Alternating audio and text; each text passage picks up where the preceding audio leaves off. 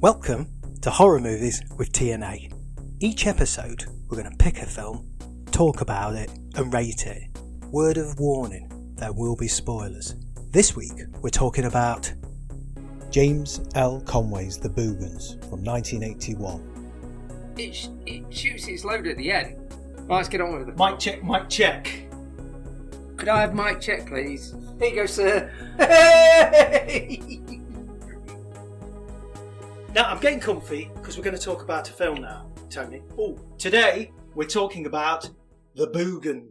Is that how you pronounce it? Did they say it in the film? No, I was going to ask a question about that because nobody ever refers to it as Doesn't the the old Boogens. man say it at one point when he's near the middly end bit? The old timer. Where he finally confronts the two other blokes and goes, I told you. And I thought he goes, I warned Boogens. Boogens. You're all doomed. Yeah, it was the Friday the 13th old bloke. Well, yes. Let's stop for a minute and do a little quick preamble. Any films that you've watched this week? No. Oh. Not really. I've not had a chance. Well, did we talk about Terrifier 3 in the last episode? We probably did, actually. We've seen Terrifier 3, I suppose. Oh, man, maybe we didn't. I don't know. It was a few weeks ago. I mean, it is what it is. Yeah, it's... You either like that type of film or you don't. We watched it. I think it's diminishing returns in a bit, because I think the very first time you met Art in All Hallows Eve, and that's probably not the very first time. I know there's a short film and all that crap. But the very first time we saw him in the one of the segments, it was quite shocking. And the first one. And the first one for that one particular scene is quite shocking. Terrifier 2 takes it to the extreme, so that's shocking. Terrifier 3, you would say, more of the same. I think from 2 onwards, it's more comical. It's that over the top that if you took it seriously, you'd be crazy. It's just gore, and I suppose the only thing you're interested in that keeps you coming back is how far he will take it. Yeah. That's about it. Yeah, so that's Terrifier 3. I did watch Death Screams. That was okay, interesting in places. I watched Delirium, which was one of the original kind of video nasty films. Also, again, interesting in a way. And then I watched Mortuary as well, which we did think about reviewing on one of our podcasts, but I found a little bit boring. So if you thought that was boring and you thought this would be better for me to watch, yeah, okay. I thought there was a few more talking points on this, which leads us to today's film, The Boogens from 81. James L. Conway. Yes. Are you going to list his credits? Because mainly TV stuff, really. To be honest, a lot of the cast are a lot of TV, American TV. Taglines, there is no escape. Some things shouldn't be disturbed. After 100 years, they have reawakened. And the final tagline, afraid of not knowing, afraid to find out. After 100 years, someone has reawakened. The Boogens. Boogens. Directed by James L. Conway, as we've said, known for episodes of MacGyver, Matt Houston and Hunter. Rebecca Balding as Trish Michaels, who was the wife, who eventually became the wife of the director James L. Conway. Oh, right. She was in 1979's Silent Scream. She was also in episodes of The Bionic Woman, Starsky and Hutch, Rockford Files, Soap, and Matt Houston. So, like I say, a lot of TV stuff. Which she was the dark-haired? Yes. Dark-haired, shorter. The love interest of Mark Kinnear, played by Fred McCarran. Because you get to see her Boogens as well, don't you? Yeah, you get to see her at bottom, and she was in Xanadu. Oh. Anne-Marie Martin as Jessica Ford. She was in Prom Night, Savage Harvest, and Halloween 2. Oh. And we talked about it in our Halloween special, or Halloween 2. Check it out. Roger Lowry, played by Jeff Harlem. Brian Deering by John Crawford. I'm not going to list what John Crawford did, because fuck me, he did lots of films. Very famous actor. Then we've got Med Flory as Dan Ostroff. So Brian and Dan are the kind of old-time guys that are reopening the mine. Yeah. Joined by the 2 younger ones, which is Roger and Mark.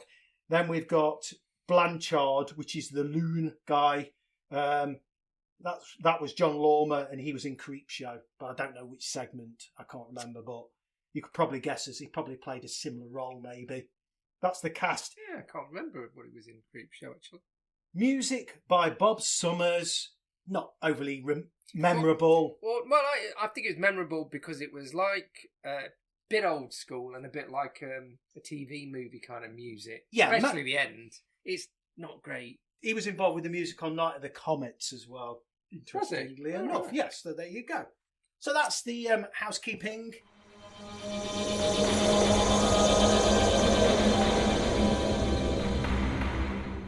The Boogens, red on black background, the writing, shocking.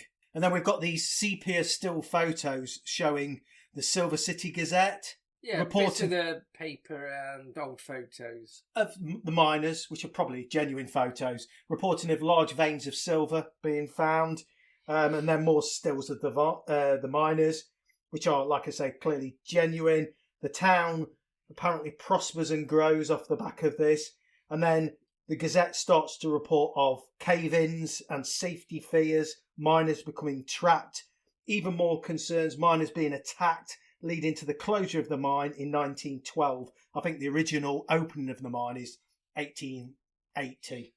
Yes. So 30 years of prosperous mining. So that's a bit of the background setup. I quite like the beginning bit. I mean, it promises lot more and delivers. It promises and yet delivers. It promises and yet delivers a turd on a plate. We are thrown into the present day, and Brian Deering, along with Dan, are here to reopen the mine. These two experienced hands are going to be helped by some younger guys, fresh out of college, Roger and Mark. Electrical engineers, I think Mark is anyway, he says. Yeah, I'm not sure their purpose. To help out. Yeah, but and to rig up the lighting. Again, they've got torches. I mean, I don't know. No, you need lighting throughout. Because you could slip down a pothole or... They break open the entrance. And Dan instructs the newbies. The rules are simple. No fucking around. Unfortunately, all they do is talk shit. They talk about sex mainly. Yeah, they're young, horny pups, aren't they? Yeah. So most of the conversations about Roger waiting to meet Jessica, his girlfriend, and how he hasn't had sex for a while. Whoa! Yeah, Roger's a bit of a clown.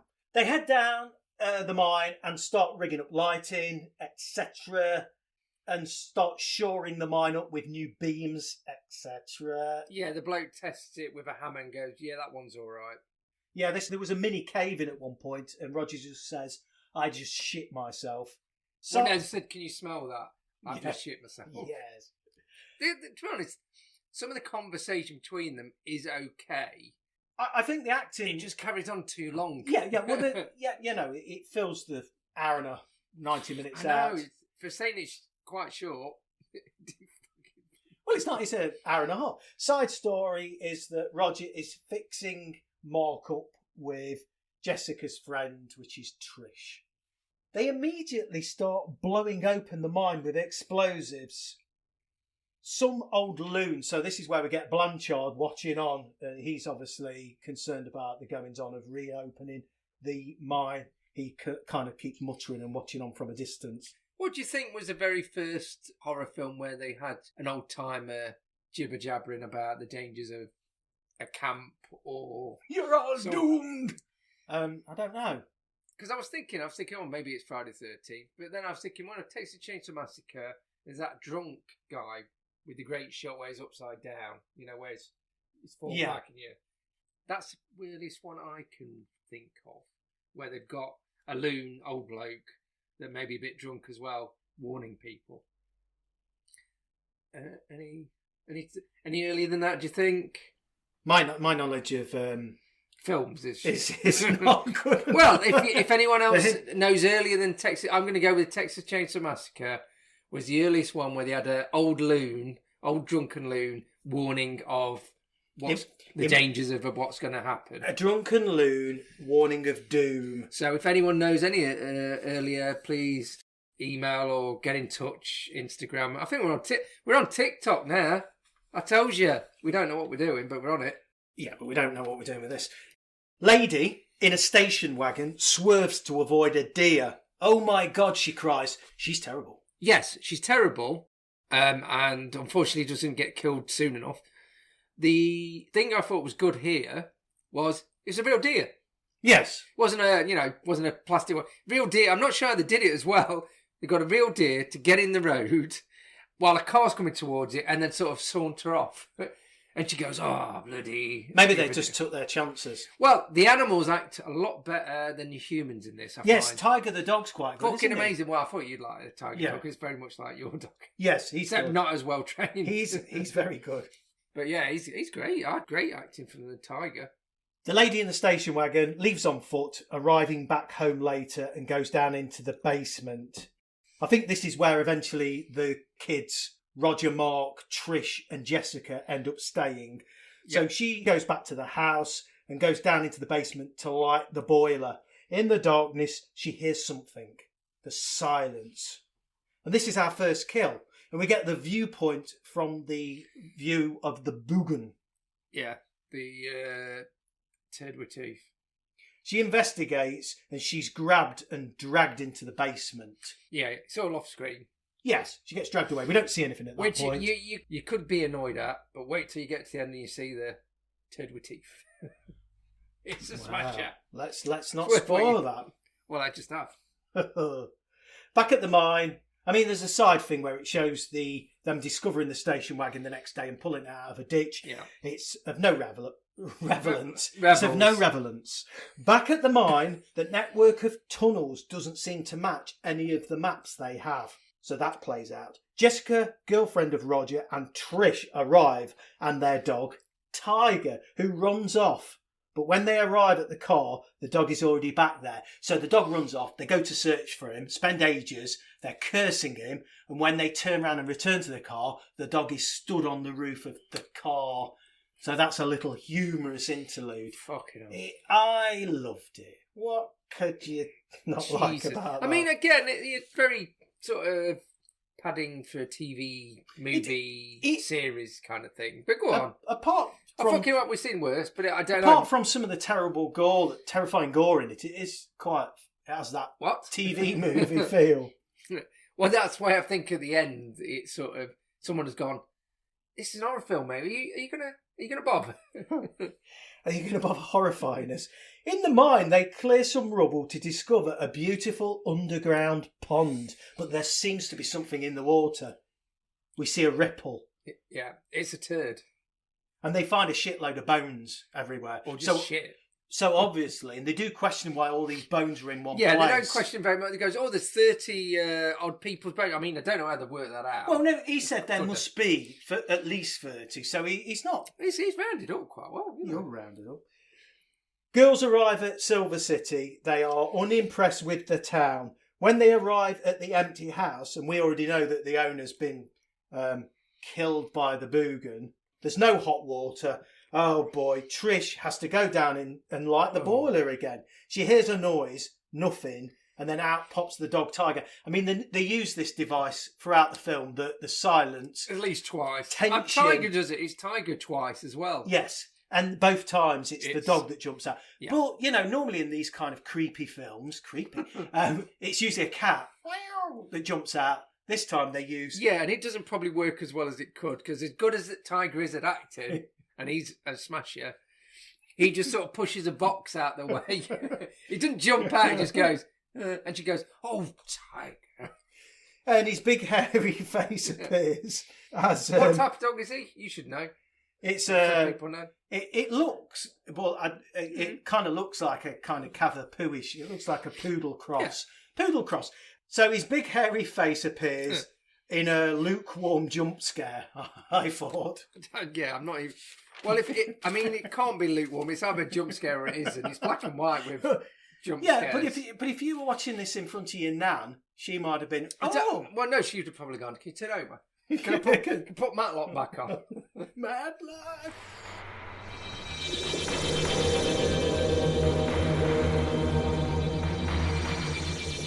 Roger, as it turns out, I mean, this part of the storyline is convoluted and pointless. Roger has to drive to Denver to pick up some more updated maps because the network of caves don't match their current this is maps. where I obviously phased it up.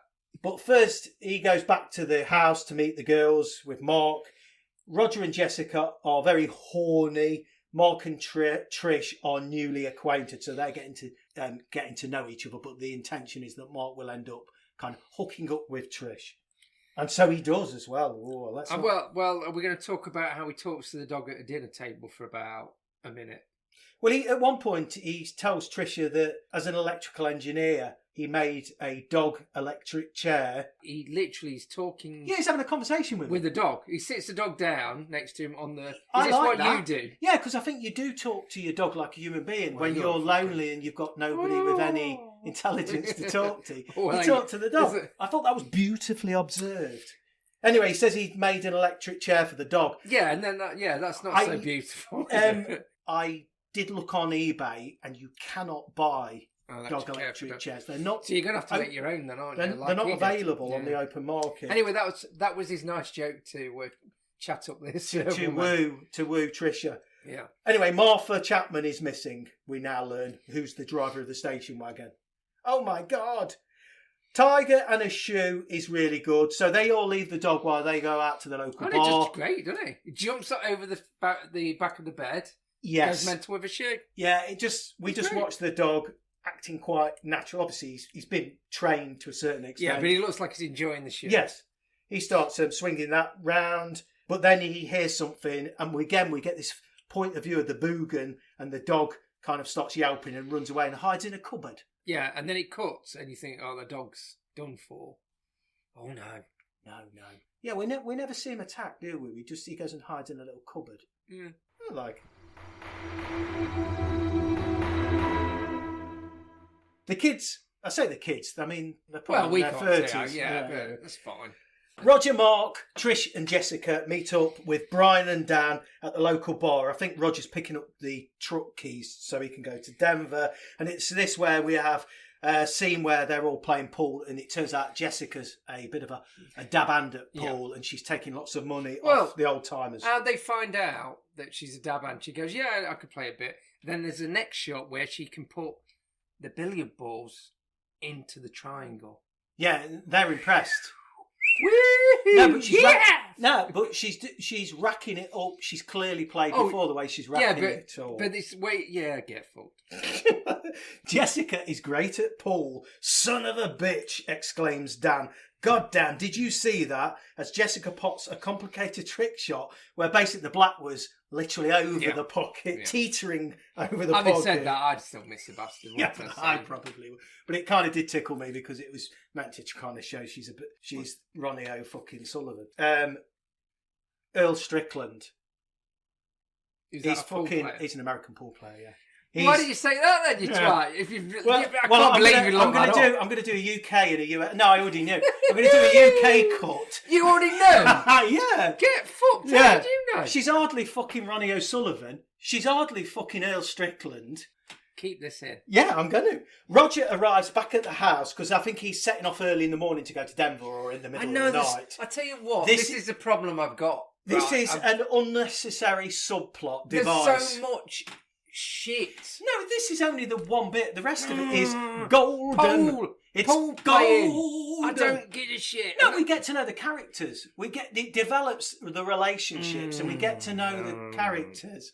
Roger arrives back at the house, sets his alarm, and then sets off into the garage. He's attacked by a tentacled creature. So we see a bit of the creature this time. Well, yeah, you see a tentacle from under the car sort of twat his leg. And then he gets up and then he goes, what was that? Yeah, well, and then gets twatted again. It drags him under the truck.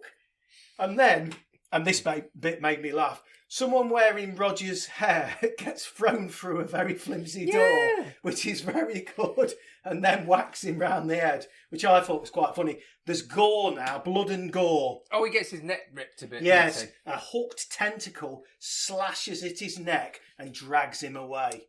Yeah, I mean... And that's how far are we in? About 3 hours in now, aren't we? This is kill number 2, so it's fed you some nice choice kills throughout the film.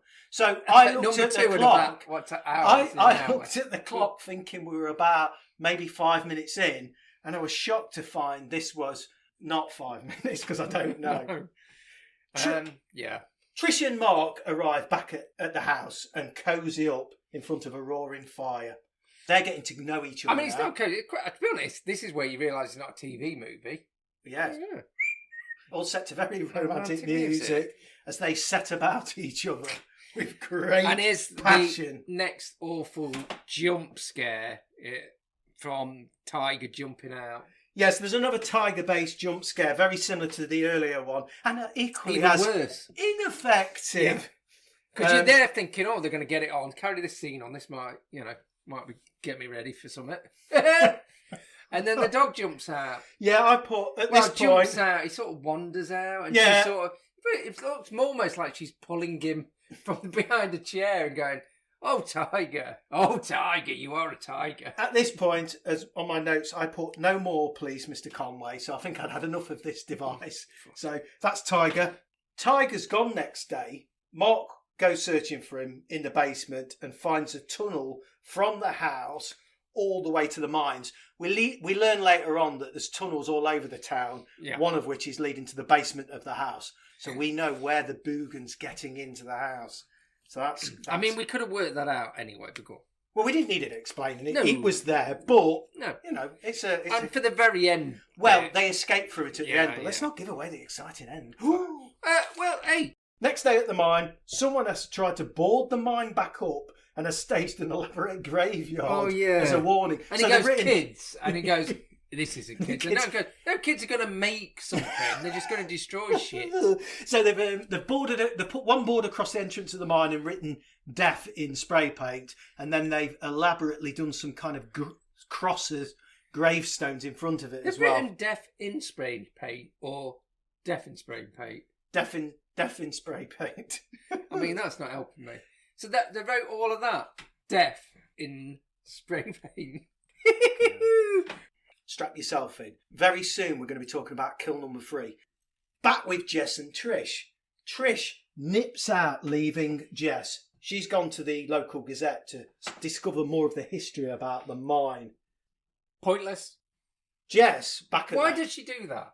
What triggers her to do this? somebody that she talks to in the film mentions In the because film? somebody earlier in the film she has a conversation with somebody, and she used to work for the local paper that said might it be interesting to report on the history of the mine. Okay. Try watching the fucking film. I wouldn't have to do all this. Well, I did try. I really did. Anyway, Jess is back at the house on her own, and she discovers that Roger's truck never left the house. It's still in the garage. So obviously she's confused about that because as far as she knows, Roger's on his way to Denver or on his way back. So that concerns her. But when Trish is talking at the Gazette, she does learn that a miner reported of being attacked. So this then becomes a story more than just the cave-ins. This is also about some strange goings-on down the mine. I would said that in the original papers you see. You did in the credits. It does say yes, a number of people died, and it doesn't say about. But isn't it great to see Trish doing some investigative reporting? But ask me again.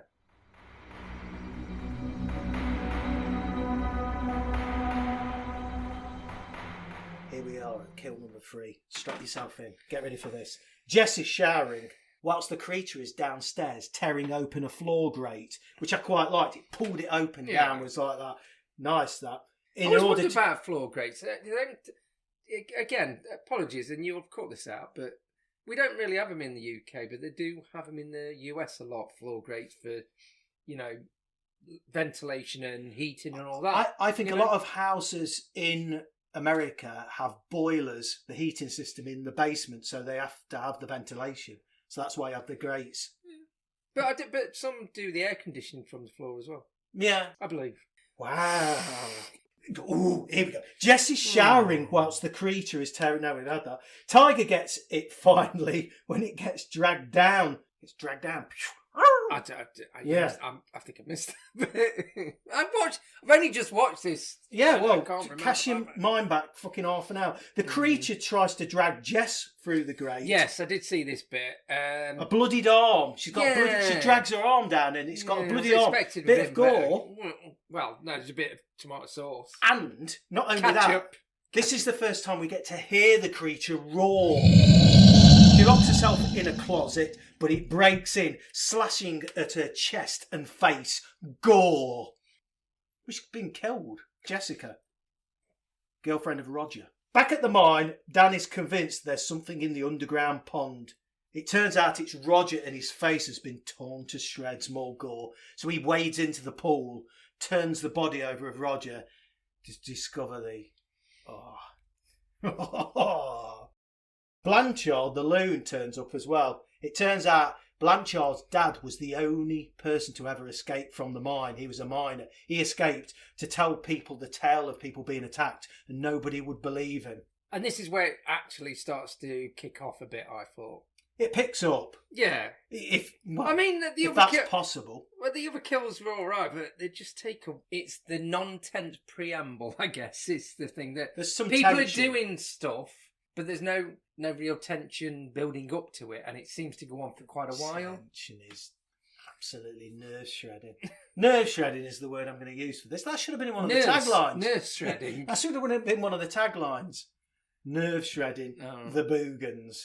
Anyway, Blanchard kind of almost tells them, I told you so, you shouldn't have reopened this. And he threatens to reseal the caves with some explosives that he's nicked from the miners. Mark then races back to the house because he realises he turns up, sees Roger's body, which has upset him, and then he starts to race back to the house to warn the girls because Blanchard reveals about all these tunnels under the town. So he said the girls might be in danger. Yeah. So he races back. Whap! Tentacles shoot out of the pond and drag Dan in. And they also kill Blanchard as the tentacles drag a dummy into the water because his body getting dragged in. I didn't mind. No, it's fine. I like because it sort of you see them in the pond sort of rippling away, even though it's obviously not.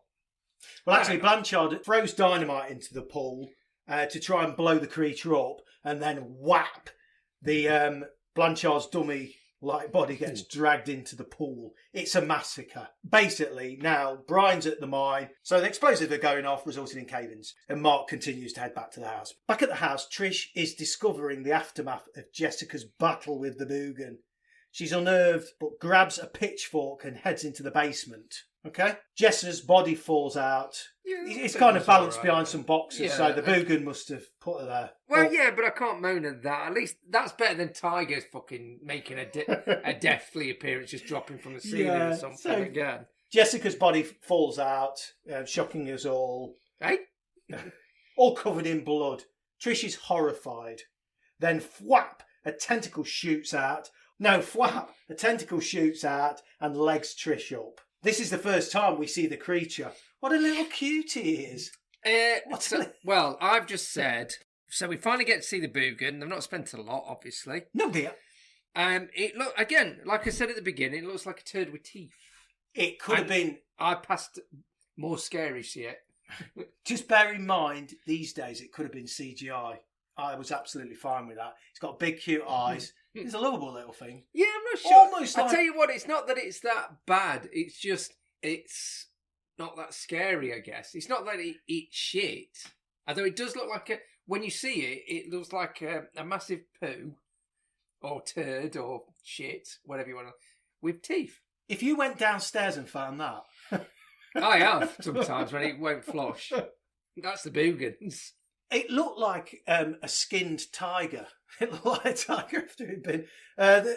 Mark and the sheriff arrive. They shoot the Boogen, but the sheriff gets too close. I know, this is good. And the Boogen locks onto his face. That was He funny. Dances around the room with it clamped to his face. This almost makes the entire film worth watching. That one bit where he's wobbling around. It's like it's got...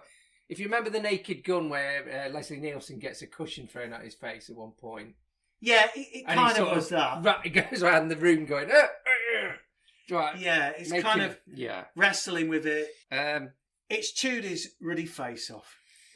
Well, yeah, but then when you see his face, you go, oh, it's like properly, yeah, and then it's just got like a couple of teeth marks in him, isn't it? It's almost chewed his face clean off. Teeth off. Oh, it's... Teeth. The whole place goes up in flames, and Mark and Trish escape through the tunnels in the house back into the mines. They do get attacked again. Then Brian turns up, but gets his neck snapped. It just pulls him up into there and he's hanging. And then there's a first person, I called it Boogen cam. There's a first person from the Boogens perspective as it chases Mark and Trish down the caves. What I liked even better is as he's pulling Trish along and they're running, there's obviously a camera sort of alongside in front of them going through the mine, and I thought that was quite a good shot. Dolly shot. So yeah, I thought all that bit where they were running away was fine. It gets, should I say good? It gets better now, a lot better. It's just... Ultimately, they blow the mine up. Boom! Yeah, that isn't so good. So, right, so he gets shot. He gets pitchforked as well. You mentioned that. I don't know if you did. So he gets shot by the sheriff. But that's back in the basement. That was earlier. I know, but then he gets pitchforked as well. Yeah. And then we never know whether or not there's more than one, though, do we? Now. Oh yeah, but then there could be Boogens. It says the Boogens. It does actually. Plural.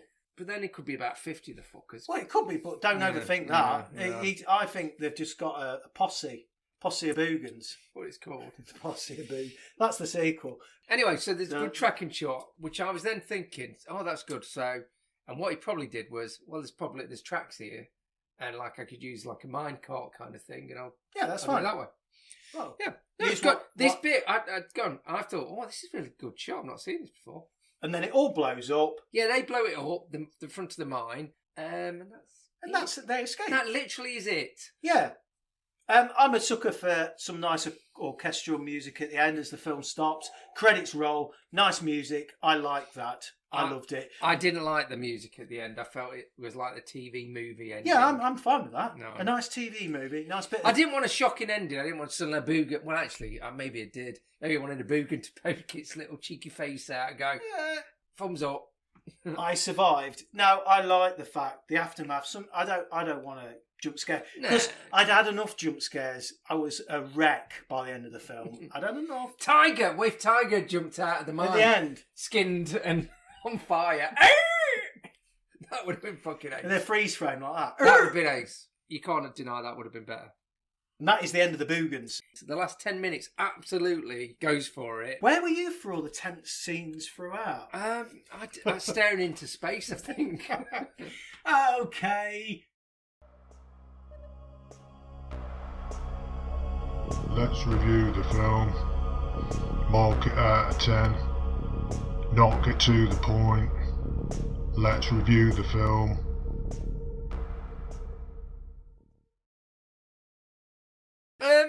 Look, I put the first thing I put is it's harmless. Yeah, it's harmless enough. TV movie and the music didn't help. You know, even if it had been like electronic more, would have been a bit sort of better. I just thought it's like a film you'd watch on a Sunday afternoon, maybe. You know, it's comfortable. I mean, it's not. It's neither scary or it's like it's okay. It's okay. But I've not rated it very well because I'd rather it be really, really crap or really good. Yeah, harmless, I guess. All right. Anyone that loves it, good on you. Don't keep me in suspense any longer. Tell me what mark you've 3. 3 out of 10. Yeah. That's it. The Boogens, yeah. It was fine. I mean, I'm kind of sick of giving some of these films the same mark. Do you know what, though? I thought it was all right. I didn't mind it because I think it was acted okay. I think there was a few bits, as always with these films, there could have been a little bit more tension and a little bit more gore, maybe. There's a few bits. There's a couple of bits that made me laugh. More tension. Oh yeah, there's a couple of bits that made me laugh as well. Yeah. So I was going to go with a little bit more generous, kind of 4.5, 5. I'm going to go 5. Do you know what I mean? Because but I'm kind of sick of marking the films 5 or 6. I seem to be doing that for every film. So in the next episode, I want something that's fucking amazing. But yeah, kind of 5. I think 5, bang down the middle. Yeah, it's all right. Well, the worst thing is if it bores me. Actually, it may have bored you, but it didn't bore me. I thought it was fine. And actually, I've watched it twice this week as well. And even the second time, I was still okay with it. So absolutely fine. It's kind of a monster movie. It's not going to shock you. You'll probably watch it more if you remember watching it when you were younger and you're doing it more from a nostalgic trip than anything else. No, we've never seen it, have we? I think if people's bread and butter is Terrifier 3, I don't think this is going to give you the satisfaction that delivers. So, yes, 5 and a 3, it's absolutely fine. I've probably been a bit harsh because you're Tony Sweetin. Yeah. The gore's okay. It's pretty lightweight. The cast is pretty good. There's no dud performances. So all that's fine, which is probably why it ends up being quite not very memorable. Yeah. Yeah, that's Boogens. Check it out. Yeah, if you disagree, and which you're probably more likely to disagree with me, I guess, because I've slagged it off quite badly, then by all means tell me I'm wrong and I'll happily rewatch it again and reassess it. With a lower score. Yes, thanks for listening as always. Bye, everybody. So if you want to get in touch with us and you've got any ideas for future films you'd like us to watch or any comments on what we've watched, you can contact us on Facebook, Instagram, X, Threads, and even TikTok. Send us a line, tell us what you think. Helps form this thing that we're calling a podcast. Bye! Thanks. Bye.